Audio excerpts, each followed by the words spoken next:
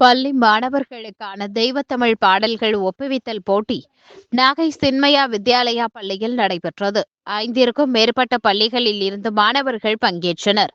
300க்கும் மேற்பட்ட மாணவர்கள் திருப்பாவை, சிவபுராணம், திருக்குறள், நாலாயிர திவ்ய பிரபந்தம், திருமந்திரம், தேவாரம், கைவல்ய நவநீதம் உள்ளிட்ட பாடல்களில் இருந்து ஒப்புவித்தல் போட்டியில் பங்கேற்றனர். நாகை அமிர்த வித்யாலயம் பள்ளி மாணவர்கள் 94 பேர் இதில் பங்கு பெற்றனர். இதில் 17 பேர் பரிசுகளை வென்றனர். நாகை அமிர்த வித்யாலயம் பள்ளியின் முதல்வர் திரு கே சின்னையன் அவர்கள் மற்றும் தமிழ் ஆசிரியர்கள் பரிசு பெற்று குழந்தைகளை பாராட்டினர்.